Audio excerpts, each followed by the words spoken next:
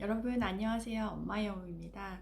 오늘은 제가 출근을 하지 않는 날이라서 아침에 여유롭게 딸아이 학교에 드롭해주고 집에 오는 길에 오늘 날씨가 너무 좋은 거예요. 최고 기온 30도라고 하거든요. 근데 아침에는 약간 선선하면서 딱 걸어서 학교 왔다 갔다 하기 좋은 그런 날이었습니다. 그래서 집에 돌아와서 혼자 앉아 있는데 집도 조용하고 남편도 오랜만에 오늘 오피스 출근하는 날이어서 집이 너무 고요하고 날은 너무 좋고 그래서 영상을 이렇게 한번 찍어보게 되었습니다. 오늘은 제가 그동안 호주의 유아교육 기관의 형태와 그 다음에 선생님들의 자격사항 그런 거 꼭 한번 얘기를 해보고 싶었는데요. 우선 호주에서 크게 유아교육 기관의 분류를 보면 크게 세 가지로 나눌 수 있습니다. 첫 번째는 패밀리 데이케어라고 부르는 그런 곳, 그 다음에 두 번째는 롱데이 케어 아니면 데이케어 또는 차일드 케어라고 부르는 그곳, 그 다음에 세 번째 킨더 프리스쿨이라고 불리는 곳입니다. 그래서 첫 번째로 패밀리 데이케어를 간단하게 말씀을 드리면 가정집에 아이들을 보육할 수 있을 시설을 갖추어 놓고 아이들을 집에서 돌봐주는 시스템인데요. 이런 경우에는 아이들을 선생님 한 명이 4명을 돌볼 수 있기 때문에 기본적으로 선생님이 보통 한 4명의 아이들을 매일 받으면서 가족적인 분위기에서 케어를 해주신다고 보면 됩니다. 그래서 많은 한국 부모님들은 또 한국 그 패밀리 데이케어 선생님을 찾는 경우가 많아요. 그래서 제 주변에도 예전에 일하던 동료나 아니면 친한 엄마 같은 경우에도 패밀리 데이케어를 했던 경험이 있거든요. 그래서 본인의 아이들도 같이 돌보면서 다른 아이들도 같이 돌보고 하는 그게 아주 좋은 시스템인 것 같아요.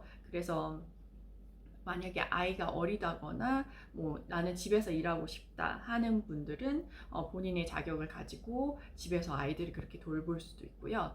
그리고 두 번째 롱데이 케어 센터, 데이 케어 센터, 차일드 케어 센터 다 같은 말입니다. 그래서 보통 많은 분들이 이제 차일드 케어에서 일을 하고 계시죠. 그래서 이곳 같은 경우에는 생후 6주부터 학교 가기 전의 나이인 5살까지 그 넓은 연령대 아이들이 모두 갈 수 있는 곳이에요. 그리고 부모님의 뭐 상황이나 선택에 따라서 주 5일을 갈 수도 있고 아니면 선택된 날에만 아이들을 보낼 수가 있거든요. 그래서 뭐 반도 연령대별로 뭐 베이비, 토들러, 프리킨더, 킨더 이런 식으로 여러 반으로 나뉘기 때문에 선생님들도 엄청 한 센터에서 많이 일을 하세요. 그래서 서티피케이트 3 선생님, 디플로마 선생님, 그 다음에 정식 EST 선생님 해서 한 못해도 10명에서 20명 사이의 선생님들이 보통 한 센터에서 일을 한다고 보시면 되고요. 그리고 각 반마다 이제 선생님들이 이제 팀을 이루어서 그렇게 일을 하는 형태입니다. 그리고 차일드 케어 같은 경우에는 보통 아침 7시에 문을 열어서 오후 6시에 문을 닫는 게 이제 일반적인 경우고, 그러니까 센터마다 조금씩 다르게 뭐 30분 더 일찍 열고 30분 더 늦게 닫고 하는 경우도 있어요. 그런 경우에는 정말 그 맞벌이 하시는 부모님들한테는 정말 최고의 옵션이라고 할 수 있죠. 그래서 아이들을 일찍 드롭할 수가 있고 늦게 픽업하고 이제 엄마나 아빠 둘 중에 이제 졸업할 수 있는 사람이 졸업하고 또 오후에도 엄마나 아빠 둘 중에 픽업할 수 있는 사람이 픽업하고 하는 그런 시스템으로 운영되고 있고요. 그리고 보통 차일드 케어는 거의 1년에 공휴일 그리고 연말에 한 2주 정도 문을 닫는다고 알고 있어요. 그렇지만 이것도 이제 센터마다 조금씩 다르기 때문에 어떤 센터는 정말 공휴일만 다 이제 쉬는 센터들이 있고 아니면 연말에 2주 아니면 2주보다 더 문을 닫고 쉬는 곳도 있어요. 그래서 이거는 센터마다 조금씩 다르고요. 그리고 마지막으로 킨더 프리스쿨이라고 불리는 곳은 학교 가기 전에 아이들 3살 킨더, 4살 킨더 아이들이 가는 곳입니다. 그래서 이곳에는 보통 이제 정해진 연령만 오기 때문에 반도 딱 3살 킨더, 4살 킨더 2번밖에 없고요. 그리고 제가 일하는 킨더의 예를 들자면 저희는 그 빅토리아 가버먼트에서는 3살과 4살 킨더 15시간 정부 펀드를 받기 때문에 아이들이 15시간은 무상 교육을 받을 수가 있습니다.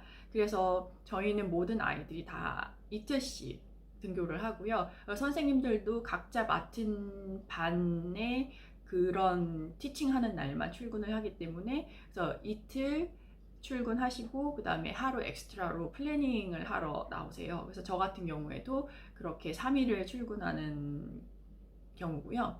그리고 킨더 같은 경우에는 학교 스쿨 시스템을 따르기 때문에 모든 방학은 그 스쿨 텀 브레이크나 그 스쿨 홀리데이는 모두 같이 쉽니다. 그래서 이게 텀제로 운영되기 때문에 텀제로 운영이 되어서 모든 방학은 다 페이를 받고 쉬게 됩니다. 그래서 저 같은 경우에는 정말 아이를 키우면서 일하기에는 최고의 조건이 아닌가 싶어요.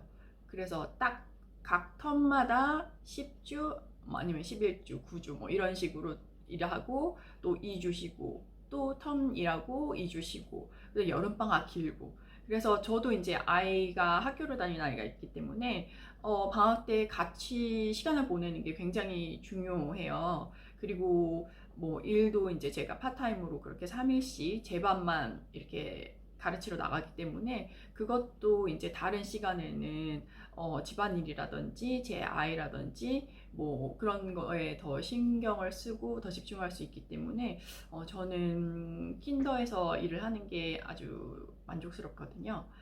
그리고 마지막으로 설명드릴 건 각 선생님들마다 가지고 계신 자격사항이 다 달라요. 그래서 우리가 얘기하는 Certificate 3는 보통 테이프나 사설 기관에서 6개월 과정을 마치시고 실습까지 무사히 다 마치시면 Certificate 3 자격을 얻게 됩니다. 그래서 이 자격을 가지신 선생님들은 이제 모든 세팅, 예를 들어 차일드 케어나 아니면 킨더에서 어시스턴트 롤을 맡게 되세요. 그래서 이제 보조 선생님으로 근무를 하실 수가 있고 그 다음에 이제 6개월보다 더 긴 과정이 이제 디플로마 과정이 있는데요. 디플로마 과정은 보통 1년 6개월에서 2년이 걸리는 걸로 알고 있어요. 그래서 이것도 마찬가지로 테이프나 사설 기관에서 수료를 하시고 자격을 얻게 되시면 그 후에 이제 차일드 케어에서 일을 하게 되시면 룸리더, 그래서 본인이 본인 반을 맡아서 운영을 하실 수 있는 자격이 되고요. 아니면 이제 차일드 케어 내 킨더룸으로 가시든지 아니면 이제 킨더나 프리스쿨에서 일을 하시면 어시스턴트 롤을 맡게 되십니다. 그리고 마지막으로 이제 대학교에서 배출러 디그리나 아니면 마스터 디그리를 가지시는 분들은 이제 정식 티칭 보드에 등록되는 정식 교사가 되는 과정이에요. 그래서 보통 배출러 디그리 이제 대학 유니 과정을 4년짜리를 거치게 되시면 이제 그런 자격이 주어지시고 그 다음에 마스터 코스 이제 석사 과정이라고 하죠. 그래서 석사 2년 과정을 마치셔도 이제 동등하게 티칭 보드에 정식 교사로 등록을 하실 수가 있습니다. 그래서 이 교사로 등록이 되신 분들은 차일드 케어 내에서 킨더룸, 그러니까 3살 킨더, 4살 킨더에서 이제 정식으로 티칭을 하실 수가 있고요. 그 다음에 아니면 아예 킨더나 프리스쿨에서 이제 메인 티처로 일을 하실 수가 있습니다. 그래서 이제 자격마다 맡을 수 있는 롤의 제한이 있고 임금의 차이도 이제 있기 때문에 그래서 처음에 이 과정을 이제 이 분야에 관심이 있으신 분들은 33부터 시작을 하셔서 공부도 해보시고 실습도 해보시고 하셔서 이게 적성에 맞나 한번 생각해 보시는 것도 좋은 방법인 것 같아요. 왜냐하면 처음 실습을 나갔을 때 저도 이게 제가 디플로마 한 게 한 10년 훨씬 이상이거든요. 제가 2009년도에 졸업을 했으니까. 그래서 2007년도에 제가 첫 실습을 나갔는데 문화적 충격이 굉장히 컸어요. 제가 한국에서는 유아교육 쪽에 전혀 경험이 좋지만 그 제가 생각한 그 어린이집이나 유치원의 이미지는 엄청 깔끔하고 알록달록하고 뭔가 굉장히 이렇게 그런 깔끔한 분위기였는데, 호주는 제가 처음으로 실습을 갔더니 아이들이 신발을 탁 신고 다니고 바닥에 매트리스 깔아놓고 그냥 점심시간에 낮잠 시간이고 그런 게 굉장히 낯설었거든요. 물론 지금은 이 환경이 더 저에게는 자연스럽고 아이들이 정말 내추럴하게 배우는 방법이구나, 이게 호주의 방식이구나, 그러니까 제가 경험이 여기서밖에 없기 때문에 이게 더 지금은 자연스러운데요. 그래서 첫 실습을 나가서 실망을 하시고 그런 환경이나 아니면 아이들과 지내는 것에서 힘듦을 느끼시는 분들도 많다고 하더라고요. 그래서 포기하시는 분들도 있고 이제 다른 길을 찾아 떠나시는 분들도 있는데요. 그래서 관심이 있으시다면 33부터 하셔서 한번 경험을 해보시는 것도 좋고, 아니면 이미 이제 다른 뭐 이렇게 전공으로 유니 과정을 하셨다거나 아니면 뭐 저 어린이집, 한국 어린이집이나 뭐 유치원의 경험이 있으신 분들은 바로 이제 뭐 호주 대학 과정에 다시 들어가시거나 이제 마스터 코스로 들어가시는 것도 저는 추천을 드립니다. 그래서 모든 과정이 이제 뭐 다 쉽지는 않아요. 저도 이제 처음에 유학생으로 왔을 때 이제 뭐 이렇게 디플로마 처음 과정으로 이렇게 들어갔는데 영어도 많이 부족했고, 그리고 뭐 시스템도 전혀 몰랐고 해서 많이 힘든 점이 있었지만, 뭐 지금도 마찬가지예요. 지금도 유니 공부를 작년에 마치고 지금 새로운 티처로 새로운 롤을 맡았지만, 그러니까 롤이 바뀌고 할 때마다 약간 더 책임감도 늘고 해야 될 일도 많아지고 해서 배워야 될 게 항상 많더라고요. 읽어야 될 것도 많고 무슨 레귤레이션도 자주 바뀌고 폴리시도 업데이트되고 뭐 그런 것들이 참 많기 때문에 늘 어려운 것 같아요. 늘 어렵지만 그래도 시간이 지나고 퇴근을 해서 이렇게 오면 약간 좀 힘들지만 보람되다라는 마음이 또 들기도 하고요. 그래서 뭐 어쨌든 오늘은 간단하게 이렇게 호주의 유아교육 그런 기관의 형태들과 선생님들의 자격사항에 대해서 간단하게 말씀을 드렸어요. 그래서 혹시라도 조금 더 궁금하신 사항이 있으시면 답글로 남겨주시고요. 제가 뭐 다음에도 도움이 될 만한 그런 주제가 있거나 그런 게 있으면 다시 한번 또 영상을 찍어서 올려보도록 하겠습니다. 그래서 모두 좋은 하루 보내시고요. 다음에 또 찾아뵐게요. 여러분 좋은 하루 되세요. 안녕.